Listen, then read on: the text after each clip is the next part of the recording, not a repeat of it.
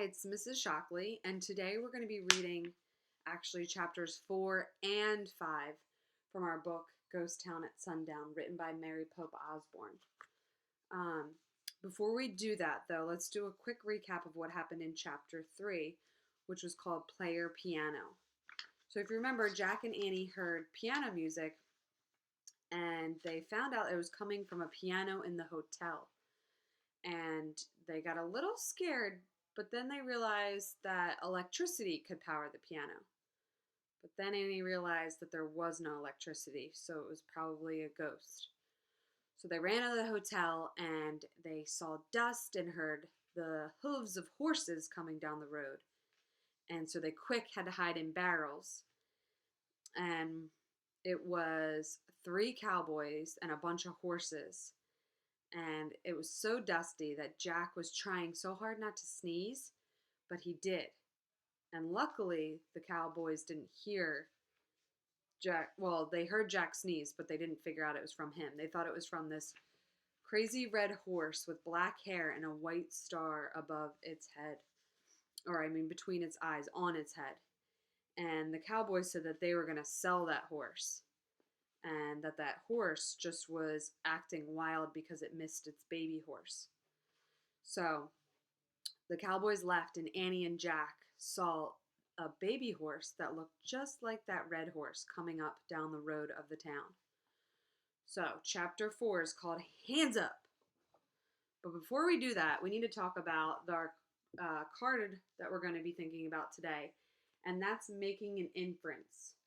So when you make an inference, you actually pretend that you're a character in the story, and you think about what the character might be thinking or what the character might be feeling. And you can do this if you know the character really well.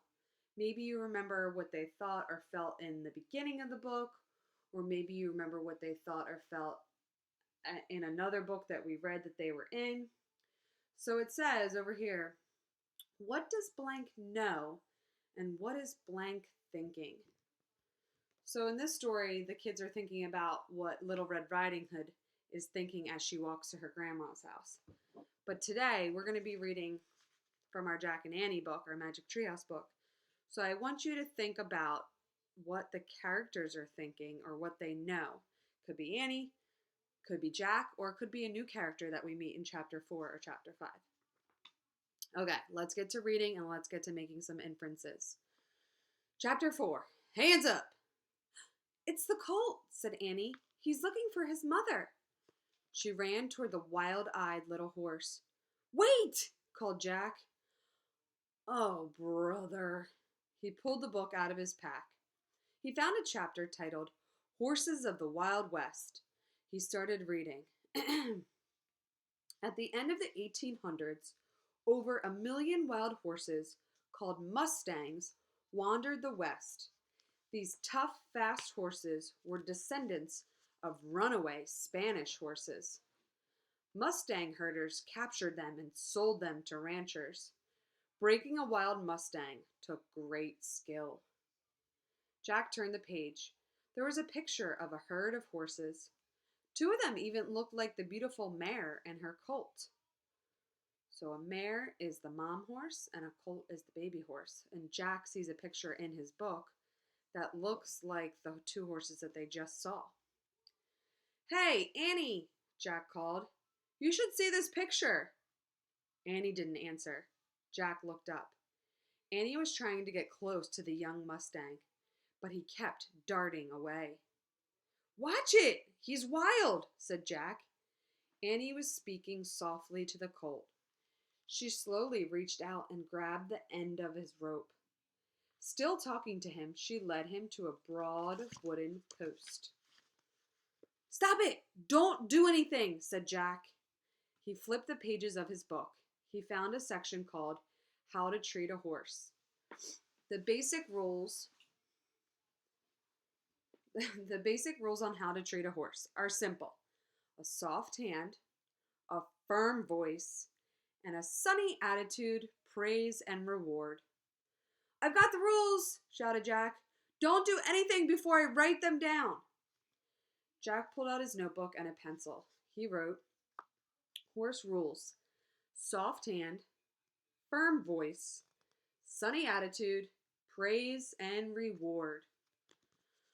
"Okay, listen." Jack looked up, but Annie was already sitting on the colt's back. Jack froze. He held his breath. The Mustang whinnied and pawed the ground. When they whinny, that's when they make that neigh noise. And he's pawing or he's digging at the ground. He snorted and tossed his head. Annie kept patting his neck and talking softly.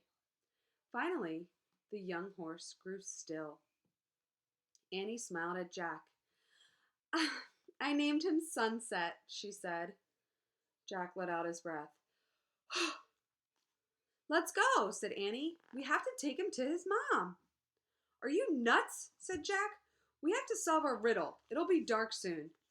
And those guys were real bad guys, I could tell. "We don't have any choice," said Annie. Oh, brother.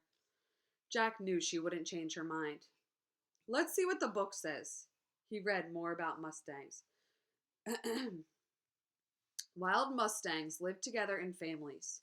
The bond between a mare and her young is very strong. His sounds of distress or hunger will always bring her to him. A mustang cannot bear to wander alone. Jack groaned. Ugh.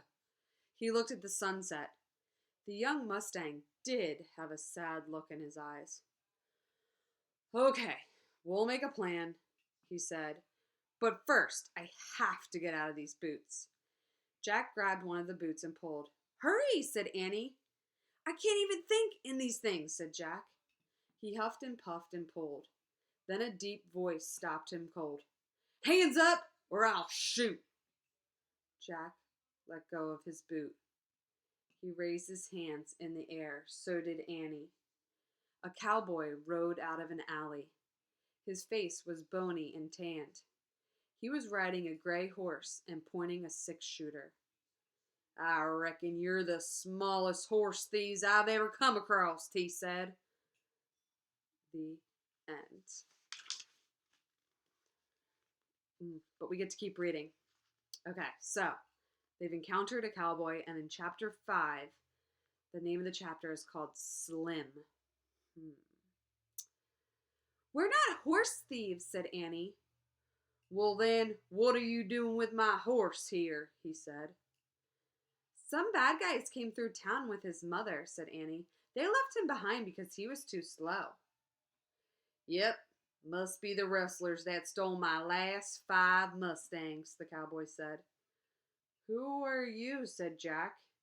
"I'm a mustang herder," the cowboy said. So there they are. They've met a mustang herder, somebody that gathers all the wild horses and sells them to the ranchers, or the guys and the women who own the farms. They rode through town. Then Sunset showed up all alone, said Annie. "We're taking him to his mother." "Sunset?" the cowboy said. "Yep," Annie smiled. "I named him." The cowboy put away his 6-shooter. "Well, you're pretty brave to try and rescue him, Smiley," he said. "Thanks," said Annie. Jack cleared his throat.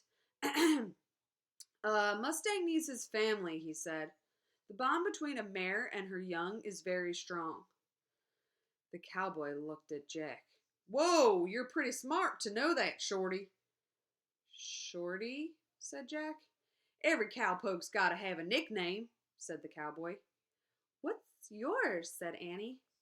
"Slim," said the cowboy. "My name is Slim Cooley, and this is Dusty." He patted his horse. "That fits," said Annie. Jack agreed. Slim was Slim, and Dusty was Dusty. I'm going to make an inference. Annie, she's always so confident, and I think she thinks that this Slim cowboy is going to help them and help get the horse back to its mother. And Usually Jack's worried, but he doesn't sound too worried in this part of the story. He sounds like he's listening and he's very easily talking to Slim the cowboy. It's just my inference for now. All right, let's see what Slim says. So tell me, Slim said, how did you two brave, smart youngins end up in Rattlesnake Flats? Jack caught his breath. He didn't know how to explain it. The stagecoach, said Annie.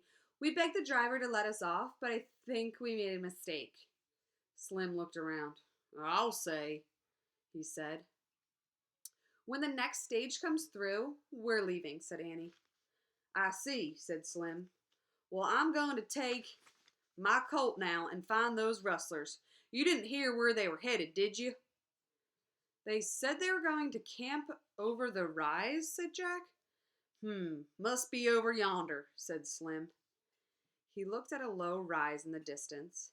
The sun was a red ball above it. Better get going before dark, he said. Can we go with you? Said Annie. No, we have to stay here, Jack said quickly. Now that Slim could help Sunset, Jack wanted to look for the answer to the riddle. Plus, he still wanted to take off these boots. Shorty's right to be scared, Slim said to Annie. This is no job for youngins. Scared? Said Jack. Oh, please, I want to go, said Annie. Slim looked at Jack. And what do you want, Shorty? For starters, he wanted Slim to stop calling him Shorty. And he wanted Slim to think he was brave. Sure, I want to go, said Jack.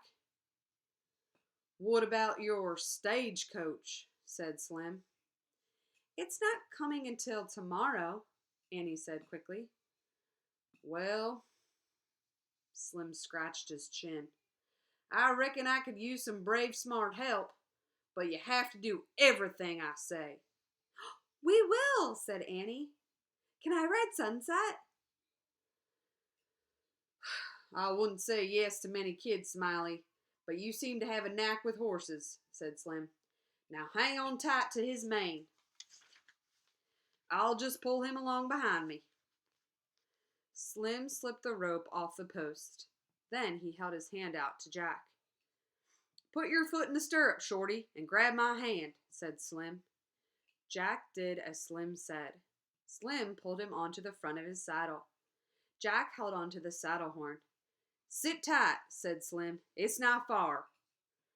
Slim snapped his reins. Dusty took off with Sunset right behind him. Jack bounced up and down. His boots hurt. The sunlight blinded him. Giddy up, said Slim. Giddy up, said Annie. The horses galloped across the prairie, dust flying from their hooves. Achoo! Jack sneezed as he bounced along into the setting sun. So there's Slim pulling up Jack onto his horse. And that is the end of chapter 5. So I hope as I was reading you were making some inferences and thinking about how Jack and Annie were feeling. Next time we read, we'll be reading chapter 6, which is called Split the Wind.